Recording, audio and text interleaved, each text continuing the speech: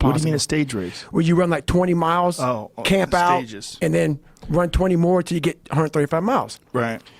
So I went to Ultra Runner. Didn't know what Ultra Runner was. I called the race director up, Chris Kosman of the Badwater, and he said, "Are you an Ultra Runner?" And I was like, "I don't know what that is." He goes, "Have you run 100 miles in 24 hours or less?" I was like, "No." But I said, "I'm a Navy SEAL. I was in 3 Hell Weeks. I was a Ranger." I gave him some resume. He didn't give a shit. He said, "I don't care. You got to qualify for my race." And the deadline was up in 2 months for this Badwater race.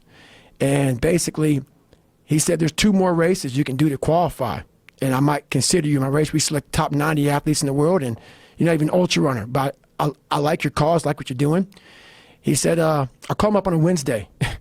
And he goes, "There's a race on Saturday in San Diego one day, where you run around a 1 mile track for 24 hours. So many miles you can get.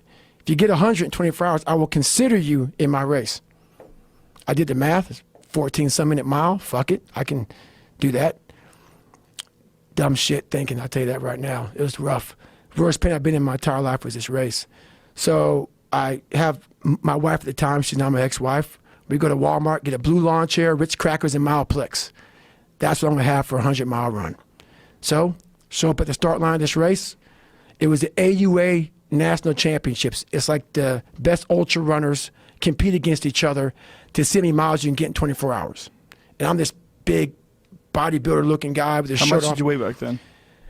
I would say I was at least 230. At least. It may have been more. And jacked. Yeah, I was ripped the fuck up. I big old chest. I was jacked up. There's a picture of me. You definitely didn't look like someone who could run 100 miles. No, not at all. So basically, I start running, and I get to about mile 40, mile 50, and I'm feeling pretty good. I get to mile 70, and it was the worst pain of my life.